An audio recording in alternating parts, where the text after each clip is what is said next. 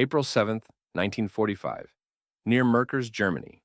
Private First Class Clyde Harmon of the 90th Infantry Division was supposed to be guarding a railway tunnel entrance, a routine assignment in the chaotic final weeks of the European War.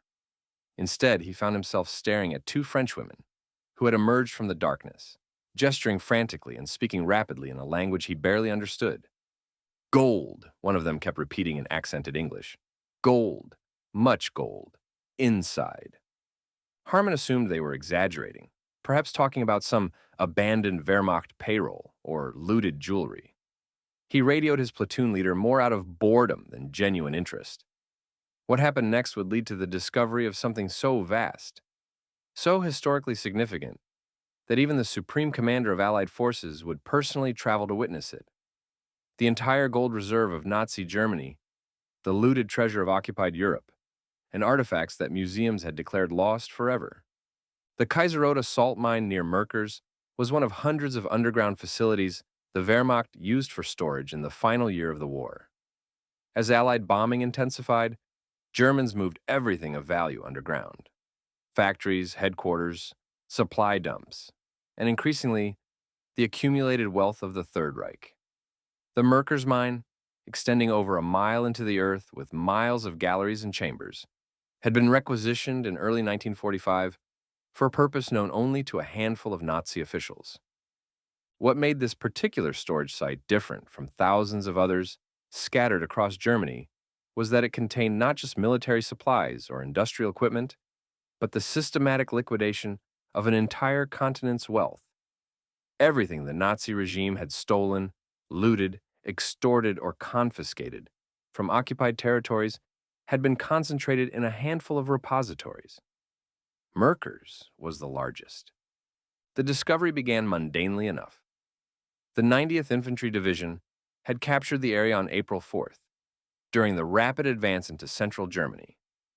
The Kaiserota mine was noted on maps, investigated briefly, found to contain no military supplies, and largely forgotten.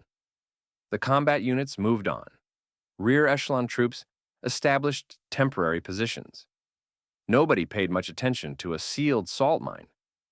The two French women who approached Private Harmon were slave laborers who had worked in the mine.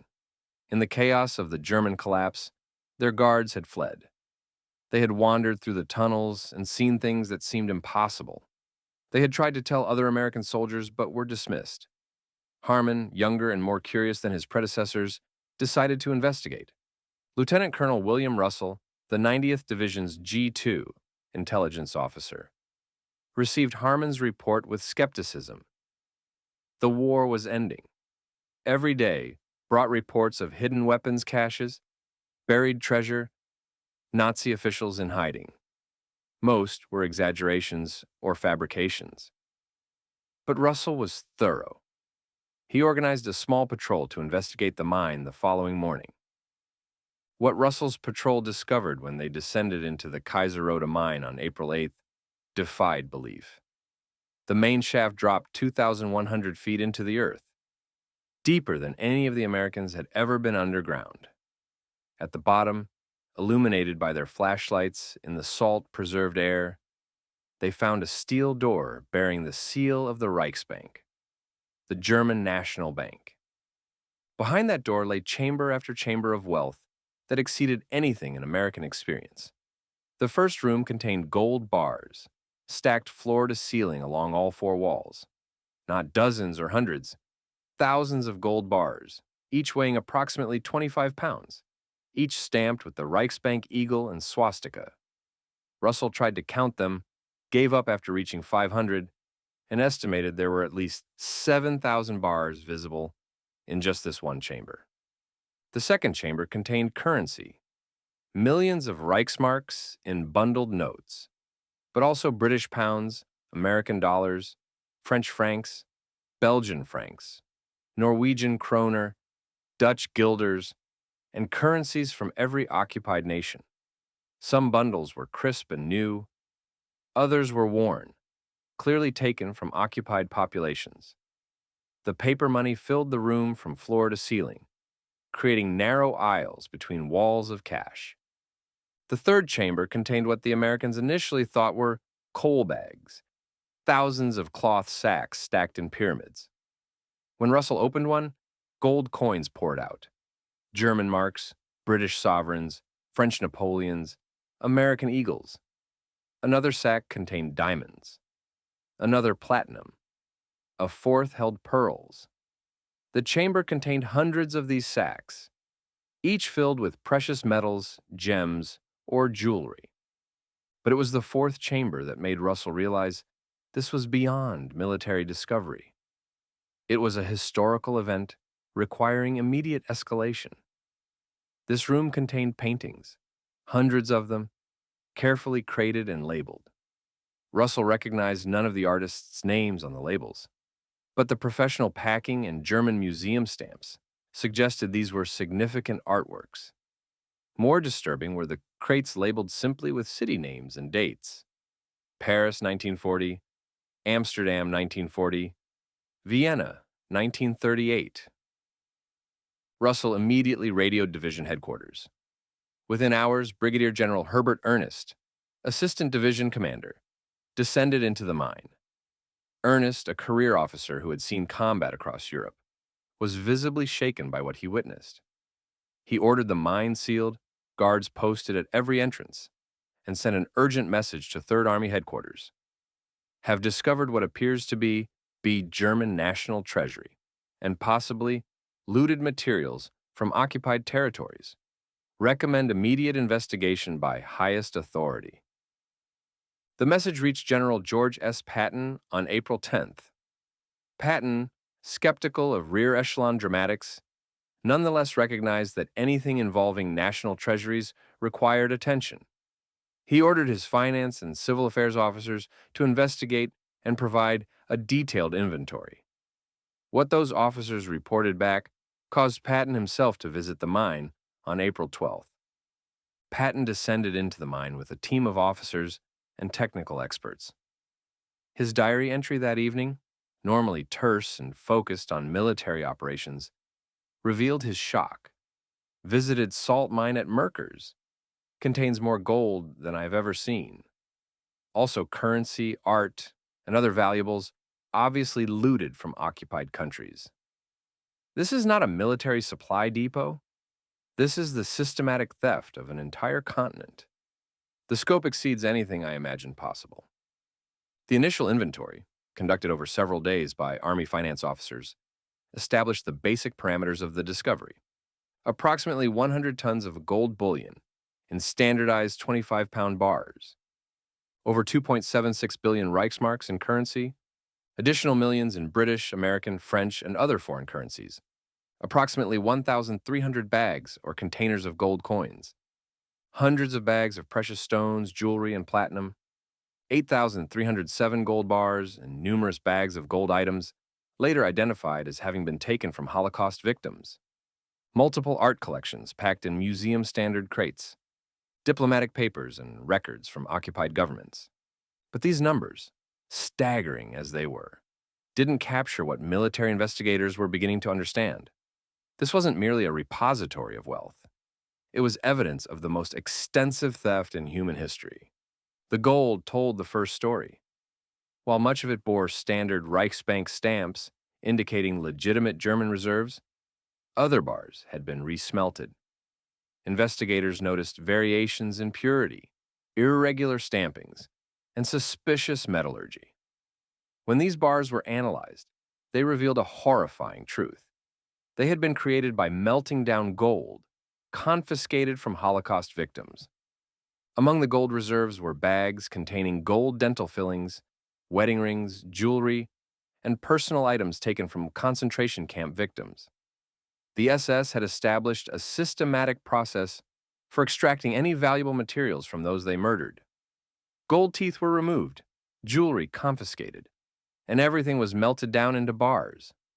These bars were then added to Germany's gold reserves and stored alongside legitimately acquired gold. The discovery of this victim gold transformed the Merkers find from a financial recovery operation into a crime scene. Army investigators, working with Allied intelligence services, began the grim task of documenting evidence of systematic looting. not just from governments, but from individuals. The currency holdings revealed the breadth of Nazi economic exploitation. Every occupied nation was represented. Complete sets of Belgian francs, suggesting the entire Belgian reserve had been seized. Norwegian kroner in quantities exceeding Norway's pre-war circulation. Dutch guilders in denominations that had been withdrawn from circulation when Germany occupied the Netherlands. The Nazis hadn't just stolen currency. They had systematically drained the monetary reserves of entire nations. More disturbing were bags of personal currency, worn bills in small denominations from dozens of countries, clearly taken from individuals rather than banks. These were the savings of families, the cash holdings of small businesses, the personal wealth of millions of Europeans, systematically confiscated through forced exchanges, arbitrary taxes, and outright theft. The art discovery required expert assessment. General Eisenhower, informed of the find, recognized its historical significance immediately. He ordered the Monuments, Fine Arts, and Archives program, the Monuments Men, to immediately investigate and catalog all artworks found in the mine. Captain Robert Posey and Private First Class Lincoln Kirstein, both Monuments men with art history backgrounds, descended into the mine on April 15th. What they found in the carefully sealed chambers left them speechless. These weren't random looted paintings. These were masterworks from Europe's greatest museums, systematically stolen and stored with professional care. The crates contained paintings by Rembrandt, Dürer, Van Eyck, and dozens of other masters. Museum labels identified pieces from the Kaiser Friedrich Museum in Berlin, the National Gallery in Prague, the Kunsthistorisches Museum in Vienna. Many had been officially declared destroyed by Allied bombing or lost in the war. Yet here they were, perfectly preserved in the climate-controlled salt mine. One painting in particular stunned the investigators. Edouard Manet's In the Conservatory, a major impressionist work that had been exhibited in Berlin before the war and then disappeared. The painting was in perfect condition, professionally crated, with documentation showing it had been confiscated for safekeeping by the Reichsmarshal, Hermann Göring personally. But the art discovery revealed something more disturbing than simple theft. The Germans had been systematic and selective in what they stored at Merkers. This wasn't random looting. Every piece had been carefully evaluated, documented, and preserved. The Nazis were building a collection for their planned Führer Museum, Hitler's intended super museum in Linz, Austria, that would house the greatest art collection in history, all of it stolen. Documentation found with the art revealed the scope of Nazi art looting. Lists showed thousands of additional artworks stored at other locations. Inventories documented systematic confiscation from Jewish collectors, with notations like former owner, deceased, no heirs, or owner deported, property forfeit. The paperwork revealed that art theft wasn't opportunistic looting by individual soldiers, but organized plunder managed by dedicated Nazi organizations. The diplomatic papers discovered in the mine provided insight into how the Nazis had managed occupied territories. Complete sets of government bonds from Poland, Czechoslovakia, and other conquered nations were stored at Merkers, effectively allowing Germany to control or destroy these nations' financial credibility at will. National archives from occupied countries had been confiscated, giving Germany leverage over occupied governments. General Eisenhower visited the mine on April 12th, accompanied by Generals Bradley and Patton. Eisenhower's decision to personally inspect the discovery reflected his understanding of its significance. The Supreme Commander descended 2,100 feet into the earth and spent 3 hours examining the vaults. His assessment, conveyed to Washington, emphasized both the scale of the find and its propaganda value. The Merkers discovery provides physical evidence of Nazi systematic looting, Eisenhower wrote in his report to the combined chiefs of staff. The gold reserves alone exceed $250 million in value. The art holdings represent cultural property from across Europe. The currency and securities demonstrate economic warfare against occupied populations. This is not the spoils of war in any traditional sense. This is evidence of a criminal enterprise masquerading as a government. Eisenhower ordered complete documentation of everything found at Merkers. Army photographers spent days cataloging the discovery. Every gold bar was counted, weighed, and photographed. Every currency bundle was inventoried. Every artwork was documented with photographs and condition reports. The documentation process created an irrefutable record of Nazi theft. More significantly, Eisenhower ordered that the Merkers discovery be publicized. He invited journalists to visit the mine, allowed photographers to document the vaults, and ensured the story reached newspapers worldwide. His reasoning was both moral and strategic. The world needed to see physical evidence of Nazi criminality, and documentation was necessary to support future restitution claims. The publicity surrounding Merkers triggered additional discoveries. Other salt mines and underground facilities across Germany were investigated more thoroughly. Within weeks, Allied forces had discovered additional repositories at Altaussee, Heilbronn, Siegen, and dozens of other locations.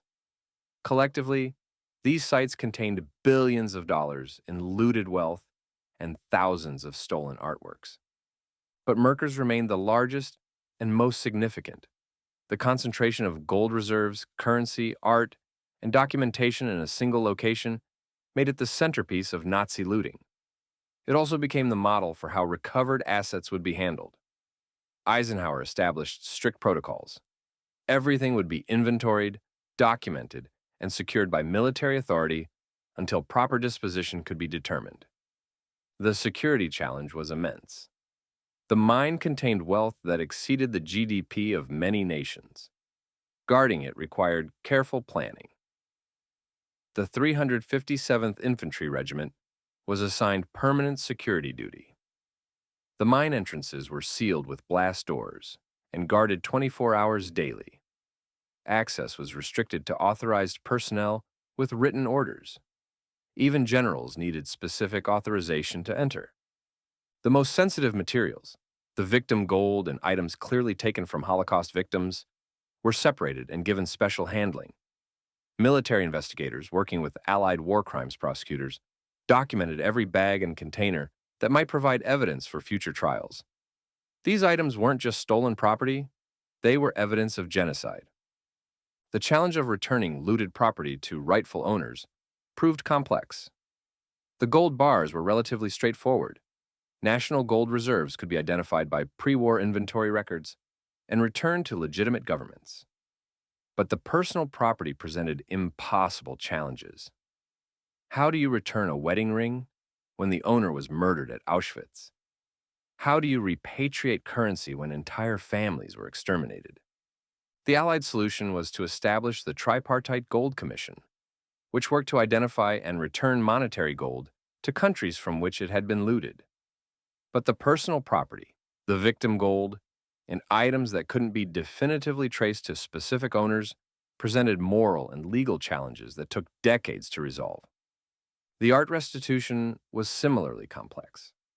While major museum pieces could be returned to institutions based on pre-war records, privately owned art presented challenges. Many Jewish collectors had been forced to sell art under duress, creating paperwork that suggested legal transactions. Other pieces had been confiscated without any documentation. Determining rightful ownership required detailed provenance research that continues to this day. The discovery at Merkers also revealed the sophistication of Nazi economic planning. The concentration of reserves in protected underground facilities demonstrated that German leadership understood they were losing the war and were preparing for post-war positioning. The carefully preserved art, the organized currency holdings, and the detailed documentation all suggested the Nazis planned to use this wealth for post-war leverage or to fund underground resistance. Intelligence analysts studying the Merkers papers discovered evidence of Operation Werewolf, the planned Nazi underground resistance movement. Documents showed that portions of the looted wealth were designated for funding guerrilla operations after Germany's defeat. Gold was to be dispersed to resistance cells. Artwork was to be sold through neutral countries to raise funds. The Merkers repository wasn't just storage. It was the economic foundation for continued Nazi operations after military defeat. This discovery prompted additional Allied efforts to locate and seize other Nazi asset repositories. The race to find hidden Nazi wealth intensified in April and May 1945 as German resistance collapsed. Every discovered cache reduced the resources available for potential Nazi underground operations and increased the assets available for European reconstruction. The personal stories that emerged from Merkers were often heartbreaking. Among the currency holdings, investigators found children's savings accounts from Dutch banks, with ledger books showing systematic confiscation of deposits belonging to Jewish families. Bags of jewelry included items engraved with personal inscriptions, anniversary dates, family names, remnants of lives destroyed. One particularly poignant discovery was a collection of Jewish religious items, Torah scrolls, menorahs, prayer books, that had been confiscated from synagogues across Europe. These items had no monetary value to the Nazis, but were stored at Merkers anyway, perhaps intended for some future propaganda museum displaying artifacts of extinct peoples. Their presence among the gold and art made clear that Nazi looting targeted not just wealth, but cultural identity itself. The economic impact of the Merkers discovery extended beyond the immediate recovery of assets. The revelation that Nazi Germany had systematically looted occupied territories, that their economy was built on theft rather than productivity, helped delegitimize any residual support for Nazi ideology. The physical evidence of massive theft undermined post-war Nazi apologists who claimed the regime had legitimate achievements. For soldiers of the 90th Infantry Division who first secured the mine, the discovery provided a stark counterpoint to their combat experience. They had fought across France and Germany, seen cities destroyed, witnessed the human cost of war. But Merkers showed them the economic dimension of Nazi criminality, the systematic theft that funded the war machine they had fought against. Private Harmon, whose curiosity had initiated the discovery, was interviewed by Army reporters. His response captured the surreal nature of the find. We'd been fighting for months, seeing destroyed cities and refugees with nothing. Then we find this. More wealth than I knew existed in the world, all stolen, all hidden. It made clear what we were fighting against. Not just an army, but a criminal organization that stole everything it could from everyone it conquered. The technical challenges of removing the wealth from Merkers were substantial. The mine was over 2,000 feet deep, with limited elevator capacity. The gold alone weighed over 100 tons. Moving it required weeks of effort with around-the-clock operations. Army engineers reinforced the elevators, established secure transport procedures, and organized convoys to move the wealth to Frankfurt for safekeeping. The gold bars were moved first, transported under heavy guard to the Reichsbank building in Frankfurt, which ironically became the repository for the return of Germany's stolen gold. Each convoy included armored vehicles, infantry escorts, and air cover. The operations were planned with the same precision as combat missions, recognizing that the wealth in transit represented targets for both desperate Nazi remnants and opportunistic criminals. The currency and art required different handling. Paper money was vulnerable to damage and needed climate-controlled transport. Artworks required professional packing and specialized vehicles. The monument's men supervised the art removal, ensuring each piece was protected during transport. Some paintings were so valuable that they received individual armed escorts. The evacuation of Merkers took over a month. The last items were removed in mid-May 1945, just after Germany's surrender. The mine, once the repository of Nazi looted wealth, was returned to salt mining operations. But its place in history was secured. Merkers had provided physical evidence of Nazi criminality on a scale that propaganda couldn't exaggerate. The long-term impact of the Merkers discovery extended far beyond the immediate recovery of assets. The documentation collected there became evidence in war crimes trials. The inventory records helped establish restitution claims. The revelation of a victim gold from Holocaust victims provided irrefutable physical evidence of genocide that Holocaust deniers could never explain away. The photographs of Eisenhower, Bradley, and Patton viewing the gold vaults became iconic images of Allied victory. They showed senior military commanders confronting not just military defeat of Germany, but exposure of the criminal enterprise that the Nazi state represented. The images were published worldwide, providing visual proof of Nazi systematic theft. For the French women whose report initiated the discovery, there was a small measure of recognition. They were interviewed, thanked, and given priority for repatriation to France. Their decision to report what they had seen, despite language barriers and initial skepticism, had led to the largest single recovery of looted assets in the war. In the decades after the war, the Merkers' discovery took on additional significance as Holocaust survivors, and their descendants sought restitution for stolen property. The meticulous documentation compiled by Army investigators provided crucial evidence for claims. While nothing could compensate for murdered family members, the recovery and documentation of stolen property at least provided acknowledgement of the crimes committed. The fate of the recovered assets varied. National gold reserves were returned to countries from which they had been looted, helping fund post-war reconstruction. Art was returned to museums and, where possible, to surviving owners or heirs. But much remained contested, with ownership claims that took decades to resolve. Some assets were used to provide reparations to Holocaust survivors through various compensation funds. The victim gold, which could not be returned to specific individuals, was eventually used to fund programs supporting survivors. The decision to use stolen property from Holocaust victims to support survivors had a certain moral symmetry, though it could never truly compensate for the original crimes. The Merkers mine eventually returned to commercial salt production, its brief moment as the repository of Nazi wealth fading into history. But the discovery remains significant as perhaps the clearest physical evidence of the Third Reich's true nature. A criminal enterprise that systematically looted everything it conquered, that extracted wealth from genocide victims, that planned to use stolen property to fund continued operations even after military defeat. In 1945, as Private Harmon had stood outside that tunnel entrance in rural Germany, he couldn't have imagined that following up on a report from two French women would lead to such a discovery.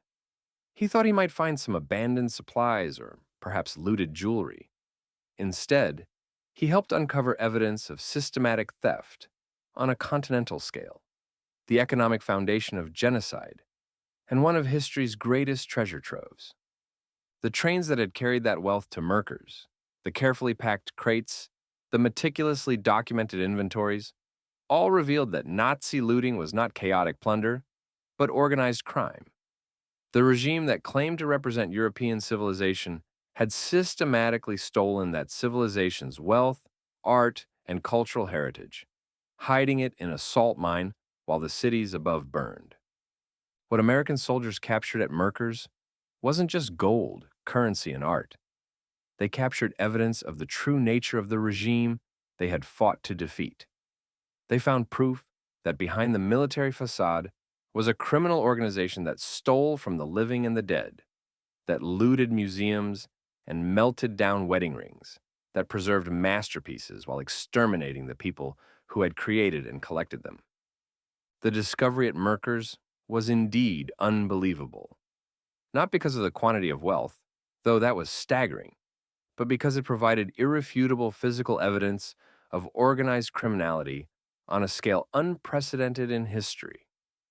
When those steel doors opened in April 1945, what emerged wasn't just treasure. It was truth. And that truth, documented in tons of gold and thousands of paintings and millions of stolen currency notes, helped ensure that the world would never forget what the Nazi regime truly represented.